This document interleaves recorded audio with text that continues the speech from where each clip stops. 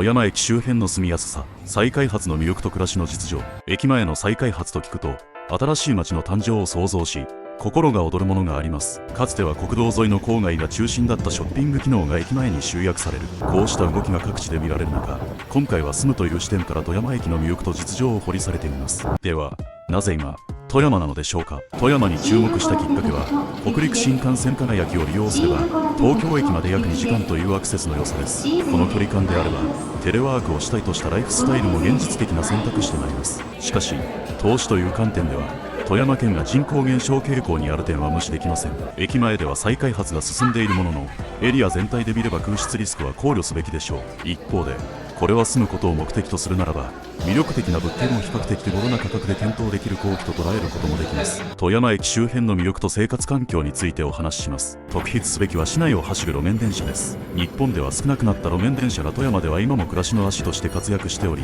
市内の周辺地域駅目細かくアクセスできます。特に雪が降る冬場の移動においてその価値はさらに高まります。2つ目は駅前に集約された買い物環境です。駅直結の商業施設とヤマルシェや MAROOT には食料品から日用品、医療品まで揃っており、日常生活の買い物に不自由することはありません。無印良品のような人気店も入っており、かつての郊外型ショッピングセンターが持つ魅力が駅前に凝縮されつつあります。これにより車に頼らなくても豊かな生活を送れる環境が整いつつあるのが大きな特徴です。3つ目は治安と住環境です。地方都市ならではの落ち着いた雰囲気で治安も良好です。騒がしさを感じることは少なく、静かな環境で暮らしたい方には適しています。また少し足を伸ばせば立山連峰を望む雄大な自然公園が広がり、子育て環境としても恵まれています。特に剣岳や立山といった北アルプスへのアクセスが良いため、登山やアウトドアが趣味の方にとっては最高のロケーションと言えるでしょう。次に住宅価格とコストパフォーマンスについてです。住宅価格は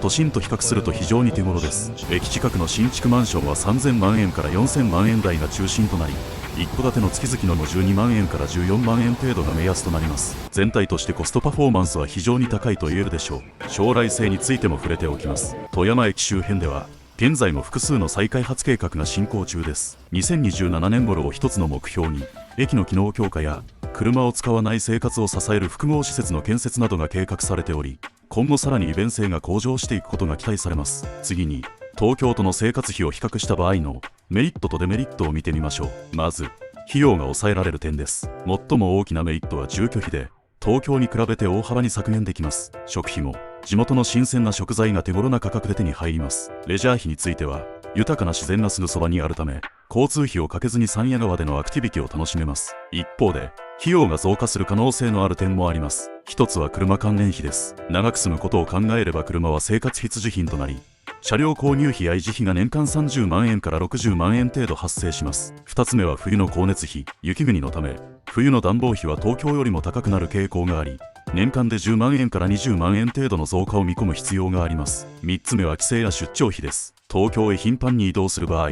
その交通費が自己負担か経費で賄われるかによって家計への影響は大きく変わります。最後に雪対策費です。除雪用具の購入や住宅の雪対策に関連する費用も考慮が必要です。住居費の大幅な減少分がこれらの光熱費や車関連費の増加分をある程度相殺してくれると考えるのが現実的でしょう。まとめとして富山の暮らしで注意すべき点と魅力についてお話しします。富山での生活を考える上で最も重要なのは雪国での暮らしへの備えです。除雪作業などは特に一戸建ての場合大きな負担になることもあります。その点、駅前のマンションであれば除雪の手間が少なく冬でも快適に過ごしやすいという利点があります。駅周辺に住むことで車の運転が難しい冬でも路面電車を利用して快適に移動でき、買い物にも困りません。東京とさほど変わらない利便性を享受しながら雄大な自然を身近に感じられる、この都市機能と自然の絶妙なバランスこそが富山の最大の魅力なのかもしれません。いかがでしたでしょうか。東京への通勤頻度が低ければ割とありな候補になりかけているのが富山ではないでしょうか。